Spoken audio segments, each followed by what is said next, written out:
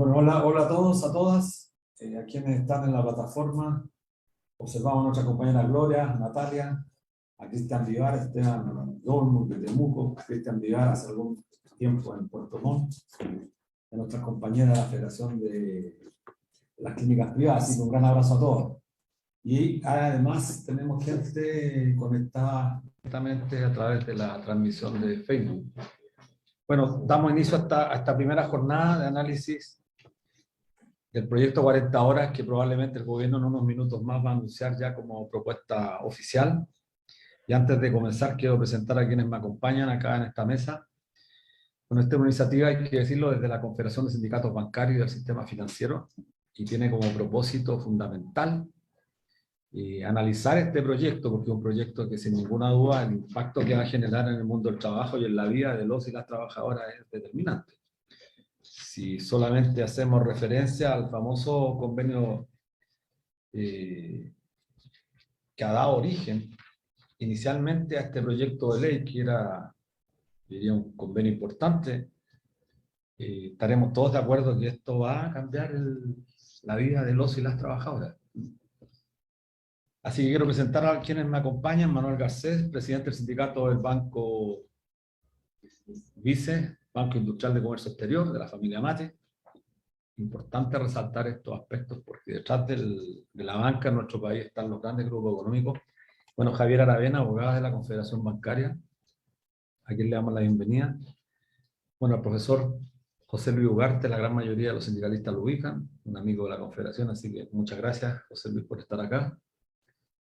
Pamela Enríquez, nuestra presidenta de la Confederación de Sindicatos Bancarios, además dirigente del Banco Crédito e Inversiones, del grupo Yarur, y Marco Bonefoy, del sindicato del Banco Chile, banco de propiedad del grupo Luxi. Así que, como verán, bueno, yo soy Luis Mesina del Banco Santander, otro de las grandes transnacionales del sistema financiero.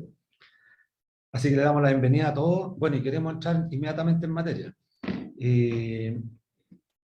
Todos los sindicalistas, sin excepción, siempre han demandado este proyecto de 40 horas que se arrastra hace mucho tiempo. La reducción de la jornada de trabajo tiene que ver con el desarrollo particularmente importante que ha tenido el ámbito tecnológico. La tecnología es tremendamente relevante, pero en un país de alta concentración económica, la tecnología se utiliza fundamentalmente para reducir costos y no se utiliza en términos de mejorar la productividad, porque Chile ya viene cayendo la productividad en los últimos años de manera sostenida, y lo más increíble, que no se reduce realmente la jornada de trabajo.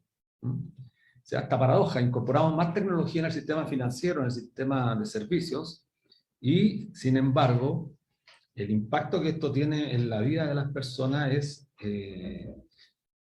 mucho más deteriorado, ¿no? No se ven los efectos positivos de este aumento de la tecnología.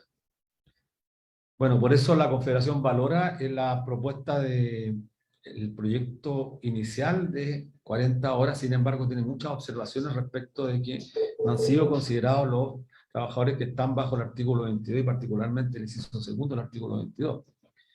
Lo que sería una ley que dejaría sin efecto práctico a un número considerable de trabajadores y trabajadoras, así también del comercio, que son particularmente los trabajadores del sector servicio.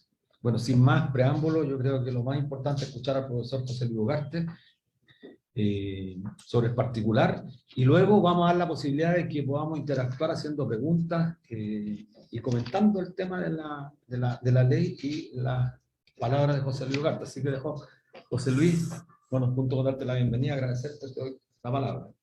Bueno, muchas gracias por la invitación. Siempre hemos tenido un diálogo muy fructífero. Este es un proyecto que, por supuesto, está plagado de indicaciones, según se acaba de presentar ahora. Por lo tanto, más allá de los detalles de las cuestiones de detalle, yo me gustaría mostrarles a ustedes cómo evaluar un proyecto de esta naturaleza desde la perspectiva de los trabajadores, la perspectiva sindical, obviamente. Yo creo que uno puede decir que en la historia reciente hemos tenido varios estándares, digamos. El estándar laboral de los gobiernos de derecha es nada, básicamente. O sea, un estándar que es el piso, digamos. Con la concertación tuvimos estándares mínimos, ¿no? Se cumplía el mínimo, plagado de pequeñas letras, y tuvimos el desastre de la reforma laboral de Bachelet, digamos, donde ya los efectos han quedado todos claros, digamos, nadie puede decir que después de esa reforma el movimiento sindical despertó y se potenció gracias a esa reforma. Eso no fue lo que ocurrió y eso lo advertimos tantas veces. La pregunta es: ¿qué estándar le vamos a aplicar a este gobierno? Esa es la pregunta. El estándar, yo creo que sería muy frustrante, muy desesperanzador, digámoslo así, que el estándar fuera el mínimo que era el que esperábamos de los gobiernos de la concertación. Este es un gobierno que teóricamente está cerca a los trabajadores en sus declaraciones ideológicas, digámoslo así, y por lo tanto el estándar es el estándar ideal, digamos, las reformas que haga este gobierno tienen que estar medidas por el mejor escenario posible, digamos. Como avances relevantes, sin contrapesos, sin pequeñas compensaciones. Yo lo invito a leer no solo este proyecto, sino los que deberían venir después, y quiero referirme al final a eso, digamos.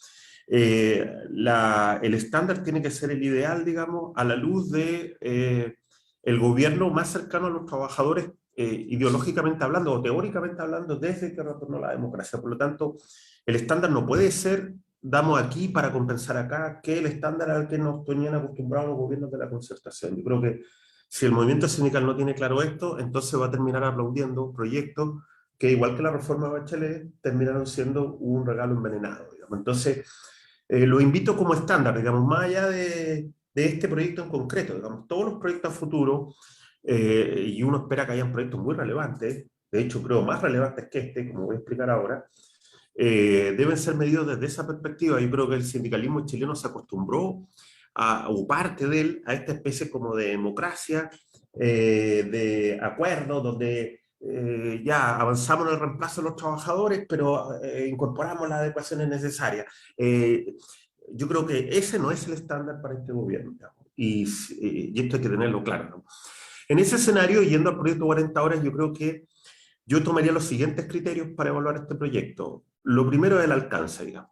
Este es un proyecto que tiene que alcanzar a todos los trabajadores, a todos, desde empresas pequeñas, grandes, esta idea que se coló en los gobiernos de la concertación de que hay que distinguir entre pequeñas y grandes empresas es una trampa que yo espero que el sindicalismo no la acepte, en el sentido que una parte importante de los trabajadores chilenos, perdón, mayoritariamente está en pequeñas empresas. Por lo tanto, esa reforma, esto que está en la reforma laboral de Bachelet, de distinguir pequeñas, grandes, termina perjudicando a la gran parte de los trabajadores. Entonces, lo primero es que el alcance del proyecto, para evaluarlo, digamos, esta exposición o esta breve charla es guía para evaluar este proyecto. ¿Cuántos trabajadores alcanza? Es evidente que ahí aparece como clave la reforma al artículo 22, pero no una reforma menor al artículo 22, digamos.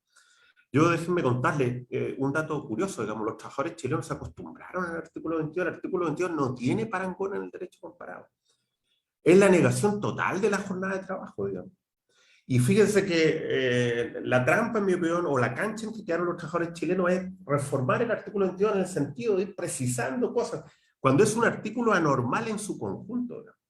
Por lo tanto, yo esperaría que esta reforma evidentemente excepcione y regule todos los trabajadores que están en el artículo 22.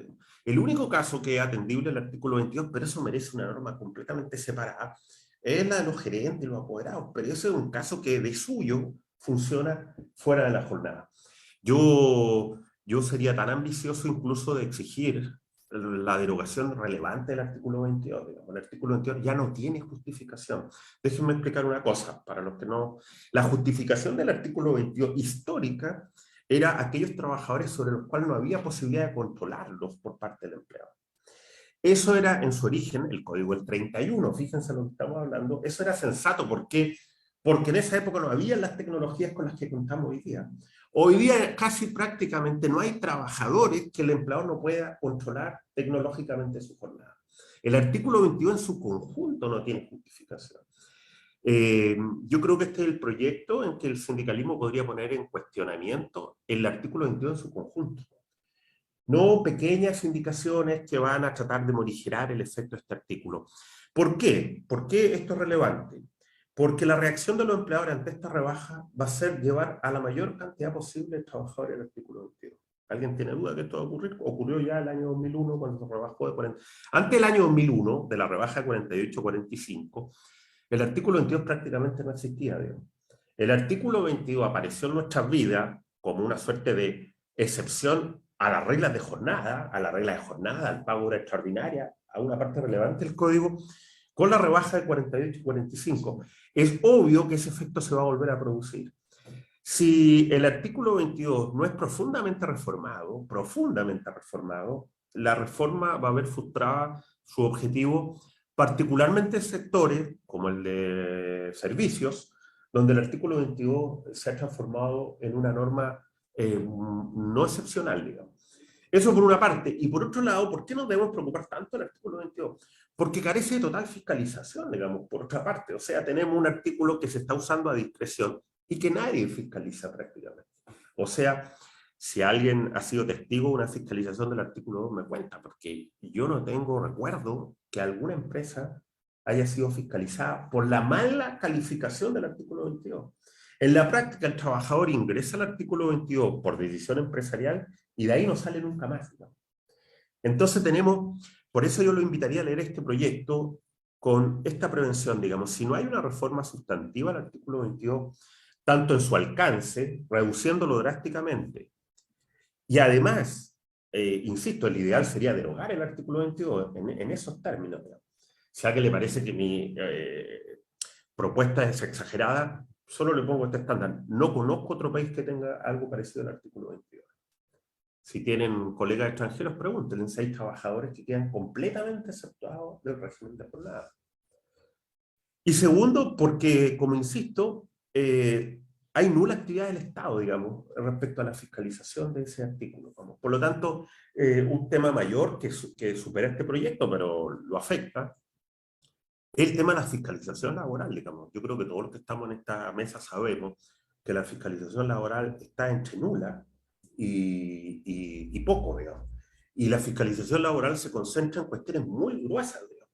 El artículo 22 queda muy lejos de la actividad fiscalizadora de la inspección. Por lo tanto, yo creo que los trabajadores tienen que estar muy atentos a que la reacción empresarial a esta rebaja va a ser trasladar la mayor cantidad posible de trabajadores a este artículo 22.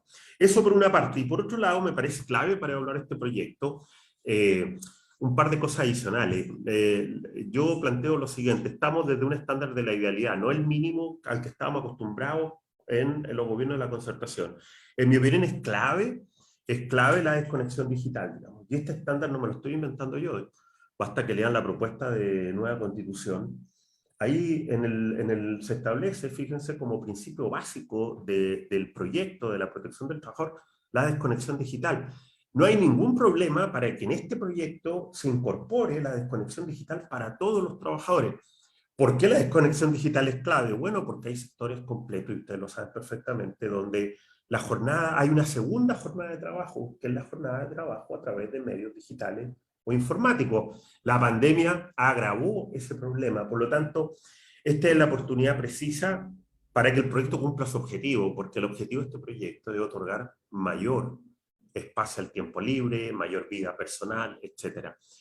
Si no hay una incorporación del derecho a la desconexión, que es una forma de adelantarnos a la reacción empresarial, esto es clave para que lo tengan en cuenta. En mi opinión, este proyecto va a trasladar mucha carga de trabajo a espacios virtuales. Es perfectamente posible incorporarlo, digamos. Si les parece un estándar muy exigente, es el piso mínimo que fija la propuesta de constitución, digamos. Lean el artículo 46, la propio proyecto de constitución dice que un piso mínimo. Ahí hay dos pisos mínimos. Sería interesante evaluar y hacer esa conexión entre la propuesta constitucional, que es una expresión de idealidad, con el proyecto. En esa propuesta hay dos pisos mínimos que hay que evaluar este proyecto. Uno, el que dije antes, digamos, se establece como piso mínimo del trabajo, de la previsión del trabajo, el descanso. El artículo 22 no cumple con ese piso mínimo. Fíjense, de ser constitución, de estar vigente ese proyecto, el artículo 22, en mi opinión, sería inconstitucional, digamos, porque no garantiza el derecho a descanso, que en el artículo 46 de la propuesta se establece como piso mínimo. Y también se establece como piso mínimo la desconexión digital, digamos. Ambos derechos están mencionados expresamente en la propuesta. Bueno, parece sensato, si ese es el piso que fija la propuesta constitucional, que los sectores que apoyan al gobierno apoyan, ese es el piso para evaluar el proyecto que estamos conversando. En mi opinión, por una parte, la existencia de descanso, el artículo 22 lo niega, y la desconexión digital. Me parece importante avanzar en eso, sobre todo en sectores de servicios que, como insisto, la reacción más que obvia del mundo empresarial va a ser trasladar buena parte de lo que se descuente a ese espacio que hoy día en Chile no tiene regulación. Bueno, y por último, me parece clave para conversar ahora respecto a este proyecto, que obviamente en la idea general, insisto, en la idea general la apoyamos, pero cuidado, esa es la versión mínima de la que estoy hablando, digamos. Lo apoyamos porque es una rebaja, es un proyecto que nos interesa a todos, pero ese estándar es muy pobre para evaluar un proyecto a la luz de este gobierno, digamos. Me parece que hoy día tenemos que aspirar a bastante más. Por último, el plazo, digamos, me parece bien incomprensible que los plazos se mantengan de más de casi 5 años, entiendo el plazo, eso me parece completamente exagerado, por una sencilla razón, este proyecto lleva discutiéndose prácticamente 7, 8 años, digamos, por lo tanto, este no es un proyecto, fíjense que tiene toda la diferencia con la rebaja del año que el estándar, si no, bueno, ahí hay un buen ejercicio. La rebaja de 48 a 45, fíjense, efectivamente fijó un plazo para su entrada en vigencia, que fueron 4 años, pero ese plazo apareció porque esa rebaja fue una indicación que nadie esperaba en el proceso de la ley 19.759. O sea, la reforma laboral del gobierno de Ricardo Lagos. Ese no era una indicación o un proyecto que venía discutiéndose largamente antes. Apareció en una indicación parlamentaria, de hecho el gobierno de Lagos se opuso al principio, y después tuvo que aceptar la indicación por la fuerza de la idea.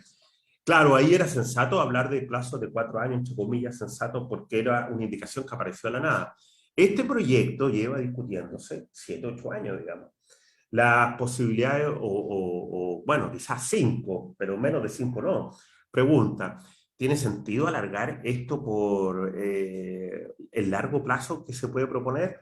Yo lo haría bien el plazo, a mí me parece que eso el gobierno lo da por sentado, como los trabajadores ya lo aceptaron, pero fíjense, insisto, si sumamos un plazo de más de 4 o 5 años, entonces los trabajadores llevan más de 10 años esperando una reforma. Me parece bien impactante que la propuesta del gobierno sea eso. Ojo, y también por último, para ir cerrando esta breve exposición, que yo espero que más bien, fíjense que no estoy evaluando el proyecto propiamente tal, estoy entregando herramientas para evaluarlo, que me parece más interesante, y no solo este, insisto, los proyectos que vienen, 2 consideraciones finales, digamos. Lo primero, bueno, 3, fíjense. Las fuerzas políticas que están detrás del gobierno apoyan la propuesta constitucional. Esa propuesta constitucional fija un piso. Uno le puede exigir ese mismo piso a esas fuerzas políticas cuando quieren regular estas materias. ¿Se entiende más o menos el ejercicio? O sea, si usted nos dice que hay que apoyar una propuesta constitucional que fija como piso mínimo el descanso, las condiciones equitativas, la desconexión digital, sus proyectos de gobierno tienen que cumplir al menos con ese piso, ¿no? Más allá que esto sea constitucional o no, ¿se entiende? O sea, no puede ser que su propuesta política a los trabajadores cambie cuando es la propuesta constitucional, o sea, genérica, y usted utilice un estándar distinto cuando hace los proyectos efectivos para dar curso a esa regulación. Eso es lo primero. Lo segundo, quiero decir algo que quizás es más polémico, en mi opinión, este no es un proyecto, a ver, lo digo en estos términos, después de las 40 horas, incluso recepcionándose algunas de las mejoras que aquí hemos señalado, los trabajadores no han adquirido un gramo de poder adicional desde el punto de vista de sus organizaciones, digamos. O sea, hay que tenerlo claro. La reforma 48 o 45 no mejoró en nada la posición sindical y de la organización de los trabajadores, digamos. Este proyecto tampoco, digamos. Por lo tanto, yo lo invitaría a saludarlo, pero esta no es la reforma relevante que uno espera del marco de este gobierno. En mi opinión, este es un proyecto valioso, instrumental, de mejora de las condiciones, que obviamente hay que celebrar, pero la reforma relevante que los trabajadores deben esperar es aumentar el poder de sus organizaciones. Muchas de estas rebajas pudieron haberse producido después de este largo tiempo si los trabajadores hubieran tenido poder sindical, negociaciones ramales. Fíjense que ya lo hemos conversado otras veces, en muchos países donde hay negociación potente, robusta, las normas legales no importan tanto, esto ya se rebajó por convenios colectivos, digamos. Yo creo que yo esperaría que transcurrió este proyecto, nosotros y el sindicalismo esté muy vigilante en términos de un proyecto sustantivo en aumento del poder de los trabajadores. Que ojo, no depende íntegramente de la nueva Constitución. Ojo con eso, ya se podrían hacer mejoras sustanciales sin la nueva Constitución a la negociación como la conocemos. Mejoras que agradecerían muchos trabajadores que están esperando más, por supuesto, y que dependen del nuevo marco constitucional. Pero nosotros ya podríamos, por ejemplo, haber avanzado en servicios mínimos, haber avanzado en reformas que tienen que ver con la relación o la negociación hoy.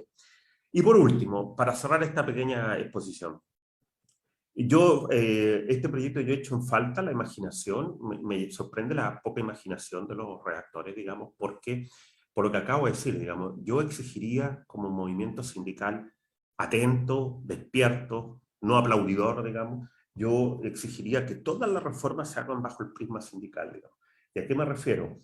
Uno debería exigir como estándar de cualquier reforma laboral que toda reforma al código esté hecha en algún sentido para mejorar la posición de los sindicatos. Creo, por ejemplo, y creo que aquí falta mucha imaginación en esta materia, habría sido interesante vincular los plazos de vigencia de esta ley a la negociación colectiva. De manera tal que, por ejemplo, uno podría haber dicho una norma que nos explicara que si hay acuerdo con el sindicato, se puede apelar al plazo máximo de vacancia de entrada en vigencia a la ley. Y las empresas que no llegaran a acuerdo con sus sindicatos, entonces se le aplica un plazo más exigente. Esas normas están completamente ausentes de los proyectos chilenos. La pregunta es ¿por qué no aprovechamos estas reformas, como ocurre en otras experiencias, para vincular la potencia sindical con mejoras de condiciones de trabajo? Creo que era la oportunidad, por supuesto no está completamente cerrado porque este es un proyecto que ahora hay que tramitar en el Congreso, pero me parece importante fijar como criterio vincular la acción sindical a los proyectos de ley. Creo que las leyes de condiciones de trabajo como es esta pueden utilizarse como herramientas para potenciar al sindicato. Y me parece que esta era una oportunidad, ojalá que no esté perdida completamente, creo que hay posibilidades de mejorarla, pero bueno, esa es parte del proceso y yo aquí termino haciéndoles una demanda, entre comillas. Ustedes son parte del sindicalismo más despierto que hay en Chile, del sindicalismo más atento, no el sindicalismo que lamentablemente hemos conocido en otras instancias, que están más dispuestos a apoyar por lealtades que a estar despiertos frente a las mejoras de condiciones de trabajadores y de trabajo. Entonces, celebro, pero lo invito, creo que hay que saludar el proyecto, creo que hay que exigirle mucho más a un proyecto de esta naturaleza, creo que el estándar no es el estándar mínimo a lo que estábamos acostumbrados, y bueno, quedo atento a sus consideraciones. Muchas gracias. Muchas gracias a ti, José Luis. Bueno, efectivamente, como decías, el artículo 22 es un tema que ha sido controvertido hace mucho tiempo. Recuerdo que en el tiempo María Esther Férez, cuando ella era directora del trabajo, ya íbamos debatiendo respecto a este gran tema. La necesidad de derogar este artículo que efectivamente generaba grandes problemas, discriminaba, pero además transgredía directamente la jornada laboral de muchos trabajadores. Bueno, pero ahora queremos dar la palabra. No sé si en la plataforma hay preguntas o parto por aquí por la mesa. Javiera, ¿querías acotar algo? Sí. Perfecto, Javiera Aravena es nuestra abogada, así que... Interesante escucharla. Sí, quisiera agregar, además de todo lo que ha dicho José Luis, respecto a lo cual estoy completamente de acuerdo, es que si no tomamos como un problema que el artículo 22 supone una desigualdad de trato entre trabajadores y trabajadoras, no se entiende la gravedad. Además de las franjas de trabajadores excluidos del límite de jornada máxima semanal, que se transforma de 45 a 40, hay que tener en cuenta también cómo hoy funciona la obtención de salario de los trabajadores. El sector servicio al que pertenece esta confederación bancaria y también de servicios financieros afines, tiene una estructura remuneracional que es a través del rendimiento. O sea, no importa ya ni siquiera el límite de jornada, porque se trabaja a través de la obtención de metas que hoy las normas sobre remuneraciones permiten eludir. porque ya no se trata de comisiones, se trata de supuestas metas voluntarias. Entonces, este es un problema mayor que si no se aborda integralmente, finalmente la norma falla en una de las cuestiones más importantes que supone la ley, que es su universalidad, es decir, abordar y beneficiar a todos los trabajadores. Otra cuestión que me parecería importante destacar es la labor de la Dirección del Trabajo. La modernización de la Dirección del Trabajo requiere recursos económicos, precisamente porque tenemos por un lado una labor de interpretación de la ley, que hoy se está fortaleciendo con el nuevo gobierno. Existen dictámenes que efectivamente reivindican la labor de la Dirección del Trabajo en la protección de los derechos, pero por otro lado, el brazo, entre comillas, armado, lo más importante, que es la fiscalización, tanto en cantidad como en calidad, porque también hay una queja de la y los trabajadores respecto a eso, es ineficiente, de hecho es ineficaz. Entonces, si no tenemos en cuenta que hoy el organismo más importante, por su alcance además general, en la fiscalización de la y los trabajadores, de su protección de las normas laborales, si no existe esta efectiva fiscalización, entonces las normas de protección que tenemos en la ley son ineficaces, y ese es un problema grave. Y en estas condiciones actuales del sindicalismo, donde es un sindicalismo débil, la labor de la Dirección del Trabajo es muy, muy importante. Eso por ahora, para que discutamos. Muchas gracias, Javier. De nada. Bueno, no sé, Pamela nos había también pedido. Sí, gracias.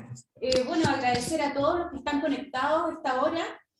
Sabemos que están con muchas actividades, todas las organizaciones, todos los trabajadores y trabajadoras, pero este tema es crucial, es una demanda histórica de las y los trabajadores, la reducción de jornada. Es tan importante lo que ha dicho el profesor José Luis Ugarte, nuestro asesor también Javier Aravena, Luis, en cuanto a la igualdad ante la ley. Todos tenemos ese derecho de la igualdad ante la ley. Sobre todo yo me refiero en un sector bancario, un sector financiero que es altamente feminizado, que muchas de las trabajadoras, madres trabajadoras, están en teletrabajo en estos momentos, y sería desastroso ver que estuvieran liberadas de jornada laboral. En realidad, por eso nuestra inquietud, por eso también estamos en este conversatorio, para que entre todos los trabajadores, empecemos a reflexionar los proyectos que nos están presentando, cómo nos afectan como sector, sectores productivos, sectores de servicio. Ese es el llamado. Y a ver también, como decía el abogado José Luis Ugarte, cómo poder empezar a analizar los proyectos que se nos presentan. Como dirigente de los trabajadores tenemos que tener una posición y una reflexión acerca de estos proyectos. No podemos aceptarlos cuando lo presentan de una sola vez. Ahora, ojalá que el gobierno el día de hoy tenga una respuesta hacia los trabajadores, hacia las trabajadoras, referida a todas estas inquietudes, porque justamente este mismo horario están ahora dando algunas indicaciones más, que en realidad es increíble, que un proyecto que podría ser muy simple, como el artículo 47 de la OIT, que decía: cámbiese la frase de 45 horas a 40 horas. Solamente eso necesitábamos los y las trabajadoras. Pero vemos que se han ido ingresando diferentes modificaciones a este proyecto. Así que, bueno, me gustaría también saber la opinión de otros compañeros acá en esta mesa. Gracias, Pamela. Disculpa, ¿puedo hacer una precisión en relación a las indicaciones presentadas hoy día? Bueno, en rigor ayer. Hasta el día de ayer, los parlamentarios como el gobierno tenían plazo para presentar indicaciones. Recordemos que este proyecto de ley está en último trámite constitucional, o sea, en el Senado ya, y se introducen modificaciones que son positivas, claro que sí, pero como decíamos, no atacan el problema más importante. Respecto a lo que decía Pamela sobre esta idea de protección de la paternidad o maternidad, hay que señalar sí que el proyecto de ley incorpora una cuestión bien importante, que es que permite la distribución de jornada, tanto en el inicio como durante la relación, o sea, durante la jornada, de las personas que tengan al cuidado personal, hombres y mujeres u otros, a niños de hasta 12 años. ¿Ya? Acá esto confluye también con el teletrabajo. Se elimina por completo el inciso del artículo 22 que permite excluir de plano a las y los trabajadores que laboran a distancia o mediante teletrabajo. Esto es bien importante porque se mantiene la norma que regula el teletrabajo, que se puede excluir por acuerdo unilateral del límite de jornada máxima de trabajo. Es decir, tenemos por un lado una norma que se elimina, pero por otro lado la norma propiamente tal se mantiene porque precisamente las normas sobre el teletrabajo permiten excluir del máximo de jornada semanal a aquellos trabajadores, y se vincula con lo que levanta José Luis, que es que bajo supervisión laboral inmediata. Sabemos que hoy no es necesario que el jefe esté encima para que los trabajadores estén sometidos a un control intenso, y eso también da cuenta de que las indicaciones que mejoran, por cierto, en algunas cosas, por ejemplo, en la reducción de la jornada mensual de trabajadores auxiliares, choferes interurbanos, trabajadores agrícolas, de 180 a 160, por cierto que es un avance, pero son avances como se dijeran mínimos, que no engloban y no dan cuenta también de la gravedad del problema. Bueno, queremos saludar a nuestros compañeros que están en la plataforma. Hay una pregunta ahí, la voy a leer y después le doy la palabra a Manuel. Bueno, el cierre va a terminar el profesor, por supuesto. Dice: profesor, como siempre sus exposiciones son excelentes, dejando claros los temas. Lo triste es ver que siempre queda ese atisbo que, comillas, nuevamente lo están haciendo bien como se debiera, como es la tónica de todo gobierno que pareciera creer que hace las cosas bien, pero pone letras chicas en sus proyectos. Con poca esperanza, preguntarle: ¿es mejor luchar porque este proyecto avance y esperar que se mejore en el camino, o de plano hacer la lucha para que cambie? Esto porque ya sabemos el gol que metieron en su momento con los servicios mínimos. Por eso una pregunta para que la tenga ahí en carpeta José Luis. Manuel.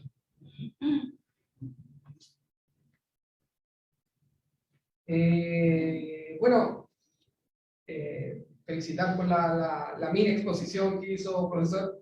Y yo también tengo ahí una duda, bueno, con respecto a lo que hablaba en el artículo 22. Todavía no sabemos bien las indicaciones, pero claramente es difícil que eliminen este artículo en el nuevo proyecto. No lo hace. Entonces, aquí, ¿qué nos queda a nosotros como sindicato o como confederación? Tenemos que ir a la DT a pedir más fiscalización para poder eliminar este artículo a los trabajadores, porque le comento esto y por lo menos en Banco Vice, ya a gran parte de los nuevos trabajadores que están ingresando, ya están ingresando con el artículo 22. Es lo que comentaba usted, que ahora ya la gran mayoría de los trabajadores que ingresen a la empresa van a ir con este artículo. Entonces nosotros luchamos como sindicato o como confederación para poder eliminar este artículo que claramente va a seguir en esta nueva ley de 40 horas. Eso. Okay. Sí, yo bueno, felicitar al profesor que se pone a disposición de los trabajadores y nos interpela siempre a las organizaciones sindicales y que siempre estamos ausentes en esta, siempre pidiendo los mínimos, conformándonos con lo que el gobierno de turno instala, pero siempre con una ausencia profunda de las organizaciones sindicales. O sea, es el momento de entender que tenemos que unirnos, tenemos que ponernos a disposición de las organizaciones para generar una fuerza que contrarreste el lobby permanente que hacen los empresarios. Esta parte con una iniciativa que tiene un sentido muy profundo de mejorar la calidad de vida y conciliar muy bien el trabajo con la vida familiar.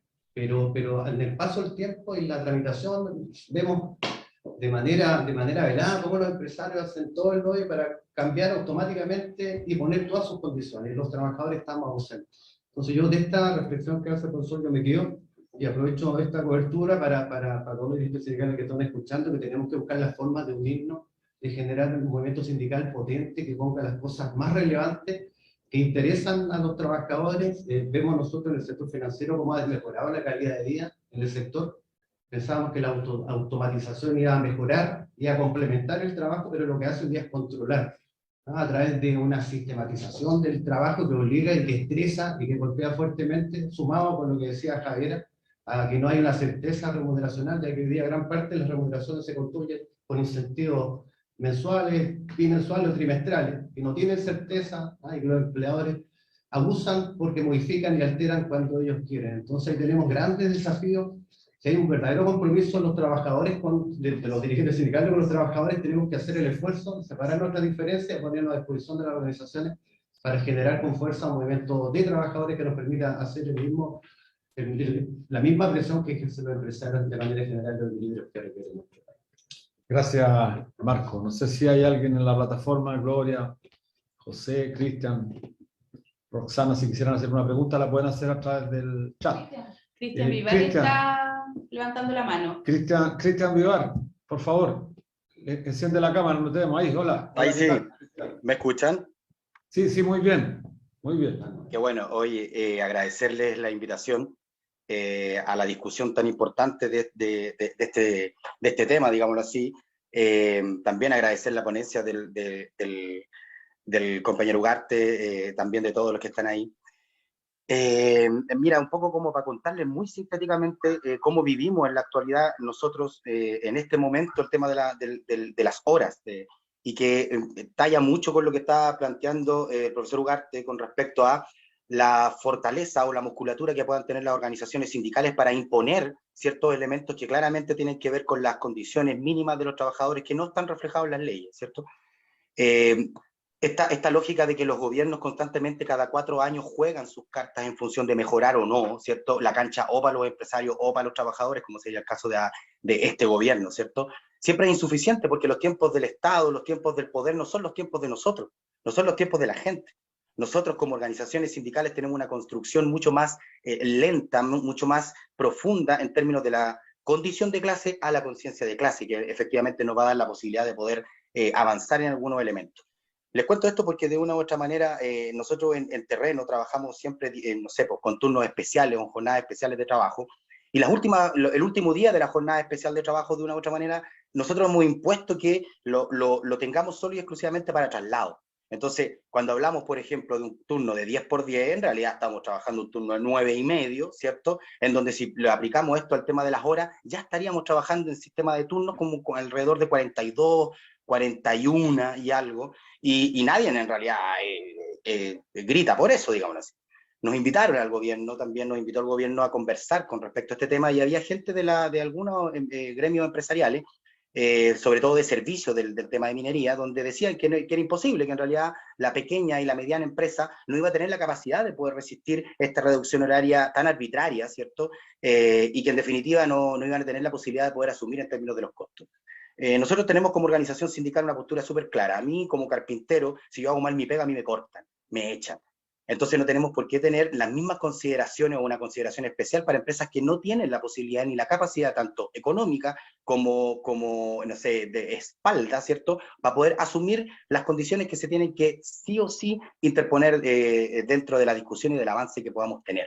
Ahora, esta cuestión que tiene que ver como con los proyectos desde el Estado, nosotros tenemos súper claro que han sido instancias de grupos políticos, partidos, ¿cierto?, que han ido instalando a través de las diferentes bancadas o a través de las diferentes instancias que puedan tener en la discusión en términos legales, pero que efectivamente la fortaleza del mundo sindical no se ve reflejada ni se va a ver reflejada en estos términos. O sea, vemos que cada vez que el poder político sube, el poder popular baja, y esto es históricamente, cuando el poder popular sube de una u otra manera, o su organización, o su estallido, su golpe, se ve en tela de juicio la política, o sea, los partidos, y es lo que vimos desde el 2019 en adelante. Entonces, hay como una contraofensiva por parte de estos sectores, ¿cierto? Que sin satanizar, ojo, porque aquí es donde está el poder, dónde está la fuerza de la discusión y cómo se va a llevar a cabo.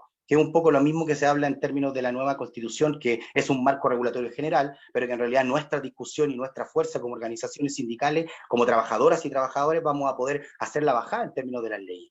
Entonces, para este tema nosotros también creemos, por ejemplo, que el artículo 22 en nuestra área, ¿cierto?, es aplicable solo y exclusivamente a los sectores de mando, digámoslo así, ¿cierto? O sea, una persona que es un profesional de terreno, qué sé yo, que está como en la línea de mando, ellos le aplican el artículo 22, pero nosotros como trabajadores en realidad tenemos otras formas de 159, qué sé yo.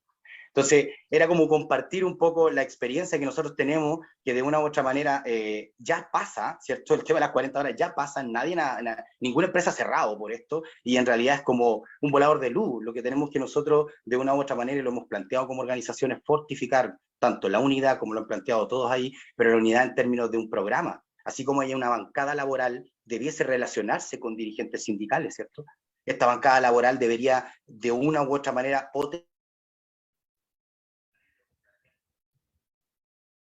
planteando en función principalmente de estos elementos que estamos en discusión ahora. Eso quería aportar y agradecer principalmente la invitación. Eso, muchas gracias. No, muchas gracias a ti, Cristian. Bueno, un abrazo a la distancia. Bueno, Cristian es del sindicato Sintec, un sindicato muy importante vinculado a la minería y a la construcción, un nuevo estilo de sindicato, así, bastante combativo. Y además Cristian era nuestro vocero de la coordinadora Noma FP en la zona de la provincia de Yanquihue. Yo no sé si hay otra pregunta, me decían que por Facebook hay una pregunta, aquí está, Sí, ahí la está. leemos acá al aire, de Juan Vergara. Sí. Ya, el proyecto original introducía el tiempo de colación en la jornada de trabajo, después fue eliminado. ¿Qué regulación existe sobre esto en el derecho comparado? Es una pregunta. Miren, ya. Sí. Pero yo también quiero hacer una pregunta, profesor.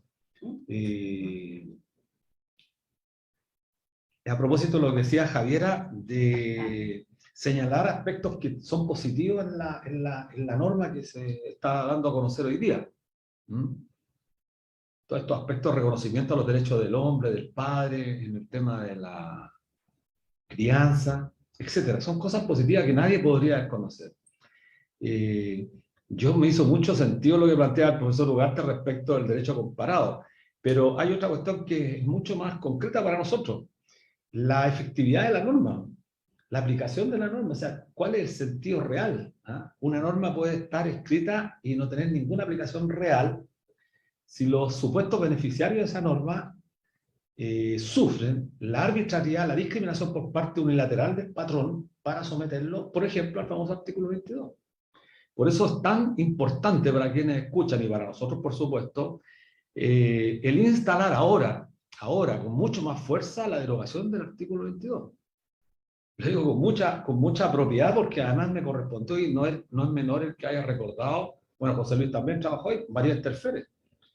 Trató de emitir dictámenes, produjo varios encuentros, seminarios respecto a esta materia, cuando se extendía de manera grotesca por parte del sistema financiero, esta suerte de aplicación del artículo 22 con el único propósito de conculcar derechos. ¿Y cuáles eran esos derechos? Ese derecho fundamental al descanso diario.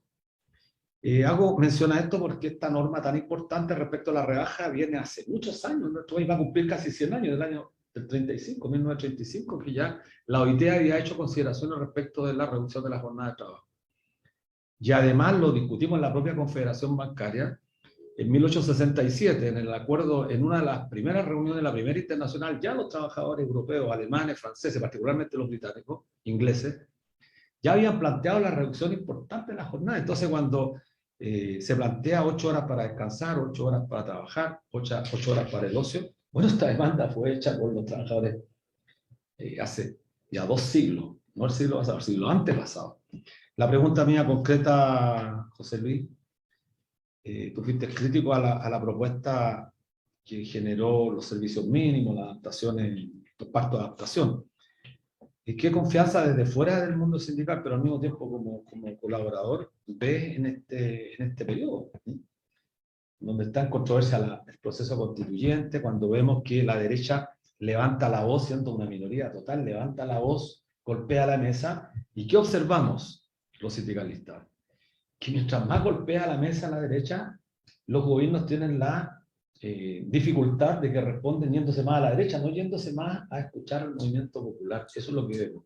No sé si tú tienes esa misma impresión como abogado, como profesor. Bueno, no sé si hay más preguntas, le damos la palabra al profesor. ¿Sí hay otra? Sí, hay otra pregunta. Ya. ¿Quién está la mandaste acá? Acá la tengo. Ya. De Juan Vergara. Las nuevas formas de trabajo flexible apuntan a exclusión de jornada de trabajo, multifunción, teletrabajo, remuneraciones orientadas al cumplimiento de metas definidas por el empleador. ¿De qué manera se podría compatibilizar ciertas formas de flexibilidad laboral con el respecto a la limitación de jornada de 40 horas? Esa es la pregunta. ¿Y hay otra más abajo? ¿De quién es? Ninoshka González. Ninoshka, ya. ¿Dónde están? Ana.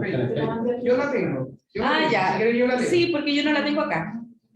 ¿Me presta el micro? Bueno, ¿cómo se ajustará la jornada de 44 horas?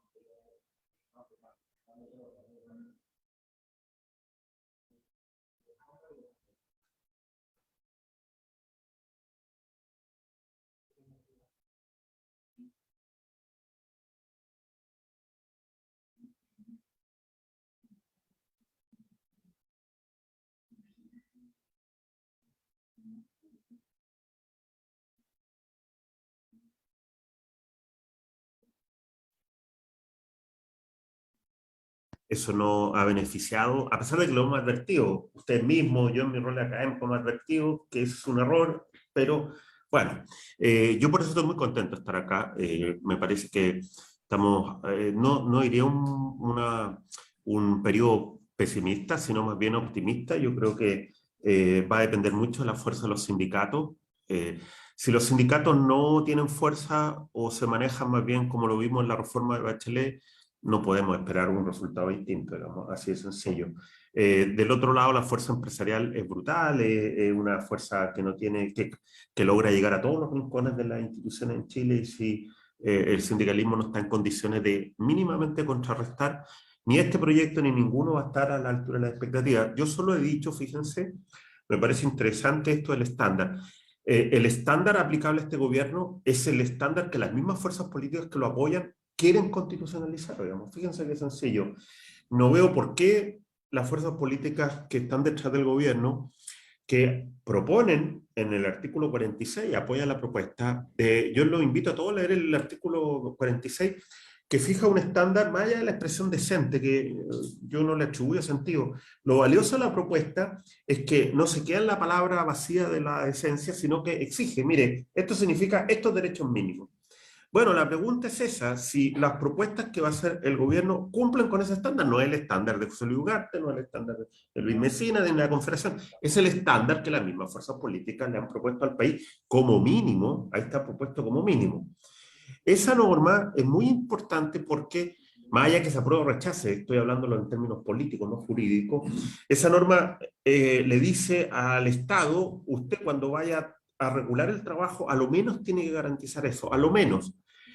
Y dentro de ese estándar, insisto, está el descanso y está la desconexión digital. O sea, dos elementos mínimos que, en mi opinión, deben estar recogidos en este proyecto cuando uno lo vaya a evaluar. Más allá de las leguleyadas, ¿no? De la técnica, del artículo tanto, excluya esto. Estoy hablando de la evaluación en global, ¿no? Que es lo importante de hacer en este proyecto. Entonces, bueno, yendo a algunas preguntas, que ya se me olvidaron algunas, perdónenme, pero es que fueron muchas, pero yo puedo, en general, ¿qué me parece? Lo primero, rescatar lo histórico. Yo creo que lo pongo en estos términos. En mi opinión, el gran debate que se viene en laboral, la gran lucha, el gran conflicto, es el tiempo.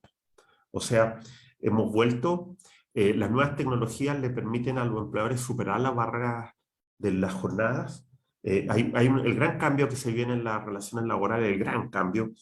que ya comenzó, no es la automatización, no son los robots, yo sé que hay áreas que están afectadas, pero todavía son muy marginales. En mi opinión, el gran cambio tecnológico ya se produjo y lo tenemos aquí en la mesa, que es la capacidad de los empleadores de conectar al trabajador en cualquier lugar y en cualquier punto. Por eso le doy tanta importancia a la desconexión digital, no es un academicismo de mi parte, digamos. La gran batalla que se viene en materia laboral es el tiempo de trabajo, digamos, porque las tecnologías le han permitido a los empleadores derribar las barreras físicas del lugar de trabajo. Yo, antes, ustedes lo saben muy bien, uno se iba del lugar de trabajo y quedaba completamente desconectado del empleador. Esa realidad ya no existe. Por eso el gran lema del capitalismo contemporáneo, del neoliberalismo, más que incluso el capitalismo, es 24/7. Lo hemos escuchado muchas veces. Hoy día el capitalismo, las exigencias más duras o radicales de la versión neoliberal de esta forma de organizar la sociedad es el control total de los trabajadores en términos de jornada. Por lo tanto, este proyecto, y fíjense que yo creo que la derecha en Chile lo tiene muy claro, si uno lee el proyecto de plataforma, está construido básicamente en esos términos, en los términos de radicalizar la potencia empresarial sobre el tiempo de trabajo. Yo creo que este proyecto, más allá de la importancia relativa para este gobierno, abre esa discusión en Chile en los próximos años. Por eso yo creo que este proyecto tiene que fijar un límite muy relevante para lo mismo. Si los trabajadores hacen concesiones importantes, no se va a volver atrás. El artículo 22 va a ser el vehículo que van a ocupar los empresarios para tratar de sortear este proyecto. Si el artículo 22 se reforma limitadamente, entonces el artículo 22 va a crecer expansiva, se va a inflar, como ya lo vimos, insisto, en la reforma de jornada, pero además, no solo tenemos el problema, yo creo que ya está bien delimitado, que ese artículo 22 es usado fraudulentamente en Chile en forma masiva, pero además no tenemos mecanismos de control. Y aquí volvemos a una vieja discusión, que yo creo que pareciera que se nos va a ir la vida en esto. Hay dos formas de controlar el cumplimiento de las normas. Confiando en la inspección del trabajo, ahí creo que nos daría para un seminario aparte, perdón, una reunión aparte, qué está pasando con la inspección del trabajo en términos de sus facultades. La inhibición que tuvieron los directores del trabajo anteriores es vergonzosa. Esta idea de que no podían fiscalizar algunas materias porque los tribunales, eso es una mera excusa. Hoy día los tribunales le dan completo apoyo a la fiscalización laboral. Todos se pusieron el traje cómodo de no poder fiscalizar la informalidad laboral, subcontratación, porque les convenía. Hoy día esa restricción, lo digo con total responsabilidad, no existe legalmente. Por lo tanto, hoy día la inspección del trabajo podría fiscalizar todos los extremos de la relación laboral, pero además está la pregunta si hay voluntad política para hacerlo, y es una pregunta clave. Desde el punto de vista jurídico no se requiere hacer más reforma a la inspección del trabajo. Tiene las facultades hoy día ya existentes para salir a fiscalizar masivamente. Ya no hay restricciones legales, digamos. El punto es la voluntad política que esa institución se transforme. Yo creo que eso es clave, lo vamos a ver en los próximos tiempos, pero no nos vaya a ocurrir, fíjense, que sigamos dictando leyes. Imaginen que este proyecto mejorara sustantivamente en la tramitación gracias a la intervención de gente como ustedes, sindicatos relevantes, etc. Lo que dice Luis es muy importante. Nosotros tenemos el problema de si eso va a ser fiscalizable, o si alguien lo va a fiscalizar. Yo les recuerdo que la ley de teletrabajo en el gobierno de Piñera dice que los costos del teletrabajo son íntegramente del empleador. Esa norma, en mi opinión, está completamente muerta, digamos. Y ojo, yo hice una charla, apenas se dictó la ley en la Academia Judicial, apenas se dictó, un día después, y dije, esa norma va a estar muerta, fíjense. Y claro, ellos no son, era gente más vinculada al mundo judicial. Muchos me dijeron, pero ¿con qué seguridad lo dice? Dije, la seguridad es que conozco cómo funcionan las instituciones de Chile. Díganme si está muerta o viva esa norma. Completamente muerta. Entonces, fíjense, cuidado con esta especie de engaño que nos hemos creado, de que dictamos leyes incluso que nos pueden favorecer, pero con la plena conciencia de que esas normas no se van a aplicar. Entonces, tenemos una dimensión fiscalizadora. Yo, ustedes lo saben, mi apuesta ahí es un rol relevante del sindicato, más que de la inspección del trabajo. Por eso, insisto en lo que dije antes, sin una reforma sindical, estos avances son agridulces, porque uno no puede confiar en el Estado como el único ejecutor de estas reglas. Es clave, y yo creo que no hay mucho tiempo, para que el gobierno presente una reforma sindical que se puede, incluso sin la nueva constitución. Ya con la nueva constitución ni hablar, hay un mandato expreso del constituyente, pero ya se podría avanzar el día más allá del resultado. Todos esperamos que el resultado sea positivo, pero ojo, ya se podría avanzar. Yo creo que ya podrían haberse derogado los servicios mínimos para los bienes corporales del empleador, una norma que nunca debió haberse dictado, y eso está a tiro de cañón. Insisto, no pasa por la nueva constitución, porque lo que muestran las mejores experiencias es que la fiscalización del Estado siempre tiene límite. Incluso cuando las nuevas autoridades de servicio lo quisieran hacer bien, un poco lo que hacía Matías Terfere, que se comprometía con todas las causas, la fiscalización estatal siempre va a tener límite. Ahí es clave el sindicato. Y el sindicato tiene un rol fiscalizador fundamental. Yo espero una reforma sindical relevante, sin nueva constitución y con nueva constitución a hablar, una reestructuración completa del derecho colectivo, porque es lo que ordena el mandato del constituyente. Y bueno, y ahí vamos a tener una pieza clave para avanzar en la transformación del modelo. Yo estoy esperanzado, espero que tengamos buenas noticias y que el marco constitucional sea positivo. Yo quiero recoger muy brevemente un par de preguntas, solamente decir que, en mi opinión, yo creo que la fiscalización laboral es muy relevante, hay que ponerla en el centro. Creo que en términos de normativa, el artículo 22 no tiene parangón en el derecho comparado, insisto, en mi opinión vulnera el principio de protección que se ha ofrecido como proyecto en la nueva Constitución. El artículo 22, déjenme hacerle una para que vean la diferencia. Revisen la ley de teletrabajo chilena y la argentina. ¿Cuál es la gran diferencia? Lo que decía Javiera, no hay trabajadores excluidos jornada en el derecho argentino. El problema es que para nosotros excluidos jornada ya no son los gerentes, digamos. El problema es que hoy día los excluidos jornada crecen y con este proyecto van a crecer aún más, digamos. Por lo tanto, la reforma del artículo 21 no puede ser nominal, digamos. Y por eso les sirvo el criterio, porque habrán aspectos técnicos que habrá que revisar con mucho detalle cuando se lea estas indicaciones, pero el criterio es, sin una reforma sustantiva del artículo 22, sectores de la economía, no todos, como Cristian lo decía, el impacto del artículo 22 es disímil dependiendo del sector, pero hay sectores muy relevantes, como son servicios, donde el artículo 22 a esta altura ya parece una regla general, no una excepción, con el problema además de la falta de fiscalización. Para lo que tú me decías, en el escenario actual, bueno, yo creo que el artículo 22, mientras no se derogue o se reforma relevantemente, uno puede exigir que la inspección comience a fiscalizar el artículo 22. Porque una parte, recuerdo a propósito de María Terfere, que María Terfere intentaba hacer eso, intentó fiscalizar, y había casos ridículos de sin fiscalización superior inmediata. Con un trabajador que portaba el celular todo el día. Estamos hablando de una tecnología antigua de llamar. Imagínense hoy día prácticamente no hay trabajador que se escape del control productivo. Por eso es completamente ininteligible, no se entiende por ninguna parte que sigamos con la cantilena de la sin fiscalización superior inmediata, si eso ya es imposible. Hoy día la tecnología le permite a los empleadores controlar todos los rincones geográficos y temporales del trabajo. Por lo tanto, yo por ahora la estrategia obvia, desde el día, se podría hacer hoy día, es exigirle a la inspección de trabajo fiscalizar el artículo 22. No podemos tener una inspección del trabajo que solo fiscalice cosas gruesas, digamos, de vez en cuando.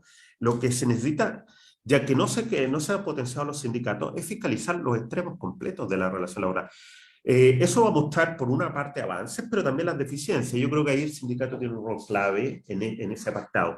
Solo dejar claro esto, para que no nos compremos cuentos, no hay ningún obstáculo legal a salir a fiscalizar todo lo hecho por la fantasía que se inventaron muchos directores de trabajo anteriores, que estaban impedidos por la jurisprudencia, no es real, no existe hoy día. Esa jurisprudencia de la década del 2008, que con la ley de subcontratación, hoy día eso ya no funciona como jurisprudencia. Hoy día no hay ningún obstáculo técnico jurídico para que la inspección no saliera a fiscalizar el ya fraudulento uso del artículo 22, y yo esperaría al final de este proyecto que, junto con la rebaja, un triunfo del movimiento sindical fuera su eliminación o su reforma radical y sustantiva. Eso es lo que podría decir. Muchas gracias. Tenemos una última pregunta de nuestra querida compañera Gloria Flores.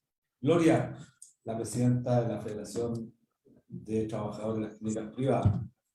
Hola, ¿se escucha? Hola. Sí, muy bien, muy bien. Hola Luis, agradecer a la Caja, a la Confederación Bancaria que este espacio respecto de observaciones y nuestras aprensiones al proyecto de ley de las 40 horas. Se ha hablado mucho, soy la presidenta de la Federación de Sindicatos de la Salud Privada, estamos acá con nuestras compañeras y se ha hablado mucho respecto del artículo 22, pero también quisiera preguntarle al señor Ugarte respecto de si él sabe si viene alguna indicación especial respecto a la jornada, la extensión horaria, ¿no es cierto? En el caso de nosotros que somos trabajadores esenciales y presenciales, la extensión horaria y a través de la jornada excepcional, porque nosotros, o sea, atendiendo, ¿no es cierto?, a la génesis y en virtud de la calidad de vida, ¿no es cierto?, esta ley nace desde eso, de otorgar mejor, reducir la jornada laboral para otorgar mejor calidad de vida a las y los trabajadores, especialmente en un sector como el nuestro, que hemos sufrido un impacto tremendo después de la pandemia, estamos muy golpeados con un éxodo de trabajadores importante, entre que fluctúa más o menos en un 7 y un 8%, y además de un grupo de un 25 y un 30 que hoy día está con licencia por precisamente la afectación de la salud. Entonces nos parece muy importante a nosotros que esta jornada es excepcional que tenían acostumbrado y que las clínicas, ¿no es cierto?, sabemos a través de la Asociación de Clínicas han ido, ¿no es cierto?, a exigir que se haga una indicación respecto de aquello, y por otra parte nosotros como trabajadores representantes, ¿no es cierto?, de la voz colectiva, ¿no es cierto?, de los trabajadores organizados, nosotros queremos estas 40 horas, pero sin letra chica. Y en virtud de eso también queríamos saber si viene alguna indicación respecto de la jornada, y si no, tendrá que ser un desafío para el sector de la sanidad, hoy día más que nunca, porque necesitamos calidad de vida y necesitamos que también sea cuidada nuestra vida, tal como nosotros, para estar bien y cuidar la vida de los pacientes. Así que eso es lo que queríamos saber, si venía alguna indicación especial, porque sabemos que esta autorización que hay de jornadas excepcionales hoy día se hace para mantener un servicio de atención de cuidado de salud continuo, pero en eso también los empresarios han hecho abuso, y ahí es donde tenemos que estar firmes, y queríamos saber qué es lo que pasa en este nuevo proyecto, si usted lo sabe, profesor. Bien. Gracias. Gracias. Hay una pregunta más de... Gracias, Gloria. Sí, pero mira, le damos las preguntas, así hacemos todo el cierre. La Dirección del Trabajo lamentablemente no tiene las competencias de cuestionar el artículo 22. Los jueces en tribunales se dedican a dejar sin efecto esas multas porque son ellos quienes pueden determinar si está bien invocado o no. De todos modos, algunos fiscalizadores multamos por no registrar asistencia. Carolina Valdés. Ya. Y la última pregunta, que bueno, la diste tú. José Luis, damos la palabra para cerrar por lado. Javier, me echar una mano. Entiendo que no viene una indicación en el sentido que pregunta. No, hay una segunda. Por favor. Disculpen, pero hay otra cuestión importante, que está en la constatación en la realidad de que la Dirección del Trabajo, a propósito de lo que se señala ahora, no fiscaliza la exclusión de jornada de todas estas categorías de trabajadores, que el proyecto de ley expresamente señala que la Dirección del Trabajo será la encargada de calificar, aun cuando no es necesario. Eso quería solo destacarlo. Sí, bueno, a ver, yo no comparto, es que bueno, habría que discutir un poquito más qué entendemos por calificar. La dirección tiene plenas competencias para fiscalizar todo el Código del Trabajo, incluyendo el artículo 22. Por supuesto que eso puede ser cuestionado por las empresas de los tribunales, pero ahí no se cuestiona la competencia de la inspección, lo que se cuestiona es la pertinencia de la sanción, porque la inspección puede, por ejemplo, decir que hay un trabajador que no tiene fiscalización superior inmediata y el empleador puede cuestionar ante el juez. Es una garantía mínima y eso no, bueno, así funciona el derecho en general en todo el mundo. El juez va a decidir al final del día si eso es correcto, si el trabajador tenía o no esa fiscalización superior inmediata, pero la competencia no está en cuestión. La inspección del trabajo puede, saquémonos ese mito, que no sé si está en el sentido de la pregunta, ese mito que montaron los directores del trabajo en estos 2 años, que es que ellos no pueden fiscalizar parte importante del código. Esa es una jurisprudencia que ya era discutible cuando se emitió, pero completamente superada por la jurisprudencia actual. Cuando un juez del trabajo se ingresa o cuestiona una multa, lo hace porque está reconociendo la competencia. Lo que está cuestionando es la aplicación para ese caso concreto. Así que yo no tengo ninguna duda. Lo que pasa es que eso de decir que la inspección es incompetente le cayó como traje perfecto a los directores del trabajo hasta antes, digamos, porque con eso no tenía que ir a fiscalizar a la minería, con eso no fiscalizaba. Piensen ustedes, vean la diferencia entre lo que ha pasado en Europa, en algunos países europeos, España, Italia, con las plataformas. Lo que obligó a dictar una ley fue la fiscalización de las inspecciones del trabajo, digamos, que multaron a esa compañía. Aquí no se hizo absolutamente nada con las plataformas, digamos. Han crecido, se encontraron con un mercado completamente desregulado porque las inspecciones no hicieron nada. Hay un solo caso que acaba de ocurrir en Puerto Montt, no sé qué le pasó al inspector de trabajo de Puerto Montt, que salió a fiscalizar, y fíjense que la empresa cuestionó ante los tribunales. ¿Qué dijo el juez de Puerto Montt? Y los tribunales dijeron que es competente el inspector para hacerlo. Lo que pasa es que, insisto, a los directores del trabajo anteriores les caía muy bien ese traje de no soy competente. La inspección del trabajo es competente, salvo para materias expresamente que la ley la excluye, como es terminación del contrato. Bueno, pero ese es un debate más técnico legal. Lo que tenemos que medir a futuro, yo tengo la expectativa razonable que va a ser así, pero ustedes son los que viven en el mundo real de las relaciones laborales, es que exista voluntad política de aplicar las normas. Nuestro problema pasa más por la voluntad política que yo creo que por el problema jurídico-técnico. A ver, déjenme cerrar por favor con algo que me parece obvio a propósito de Gloria, que intervenía, que nos conocemos, conozco ya el sector salud, clínica, etc. Yo creo que muchas de estas preguntas ponen de manifiesto algo que hemos conversado tantas veces. Muchos de estos asuntos deberían ser resueltos en negociaciones ramales, digamos. Esto es obvio, en negociaciones de interempresa y de rama. Esta es la importancia. Sectores importantes como la salud podrían regular su jornada de trabajo, no solo en los términos que lo ordena el legislador. No sé, fíjense un poquito el absurdo de nuestro modelo. Hay que ir a pedirle al legislador que se haga cargo de todos los casos concretos y específicos. Bueno, ese es el desafío, por eso la negociación ramal es tan relevante, la negociación interempresa, la negociación multinivel que propone el proyecto, porque los casos específicos deberían ser objeto de la negociación colectiva entre los trabajadores. De hecho, en mi opinión, todo este proyecto debería ser objeto de la negociación colectiva, así de sencillo. Yo creo que es interesante la propuesta que hace la constituyente, cambia nuestra forma de mirar las relaciones laborales, la hace pasar por el sindicato y la negociación colectiva. Yo creo que este proyecto también es parte de ese antiguo modelo, que es que la regulación legal, fíjense que los trabajadores al final del día tienen que ir a golpear las puertas a los parlamentarios para que le incorporen la indicación que incorpore a su grupo. Es lo que hay, son las reglas del juego. Pero habría que aspirar a más, digamos, habría que aspirar a más bien que el legislador habilite los niveles de negociación colectiva para que todos los trabajadores de la banca, por ejemplo, pudieran sentarse a negociar en un solo proceso de negociación cuáles van a ser las condiciones de jornada. Ahí es relevante, y eso ya lo podría hacer el gobierno hoy día, presentar un proyecto para eliminar la limitación del artículo 306 del Código del Trabajo sobre las facultades de mando y dirección de la empresa, que no pueden ser objeto de negociación colectiva. Ese artículo ya podría ir derogándose, no hay problema, no es inconstitucional, etcétera, etcétera. Para comenzar a abrir este camino, yo lo invito para cerrar, quiero ser coherente con lo que venimos hablando tantos años. Yo no confío tanto en la solución legal de detalle, por la sencilla razón que todos los vicios o todos los problemas que hago aquí desnudados dependen de la inspección del trabajo, dependen del dictamen.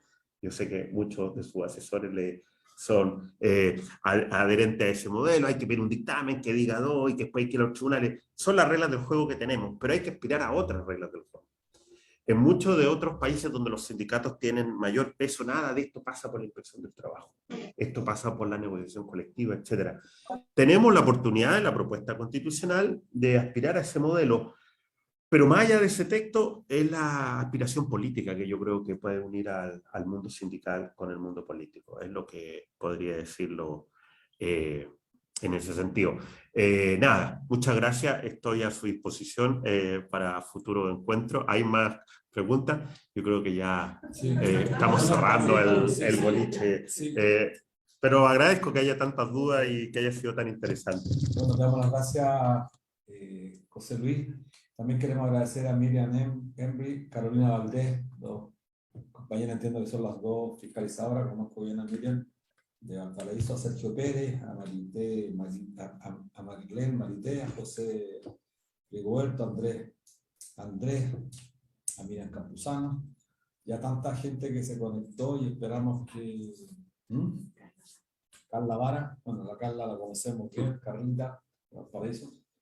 Así que un gran abrazo, bueno, y agradecerte, José Luis, agradecer también a nuestra querida compañera Javiera Aravena. Esperamos que este conversatorio haya sido de utilidad, que están muchas interrogantes. Bueno, la Confederación Bancaria está a disposición de generar un espacio de interlocución, de discusión, pero por sobre todo un espacio y una instancia para que avancemos en la unidad. Ya se dijo acá, sin unidad no hay posibilidad de organización real. Y nosotros somos también de aquellos que creemos que la norma debe ayudar, pero la norma es consecuencia de la capacidad que tengan los trabajadores generarlas. Las normas que tienen efectividad son las que surgen justamente de la confrontación entre trabajadores, y tenemos que decirlo, y empleadores. Está en disputa todo. Así que un gran abrazo a todos quienes nos escucharon. José Luis, esperamos vernos pronto. Por supuesto. Un abrazo a todos, compañeros. Gracias.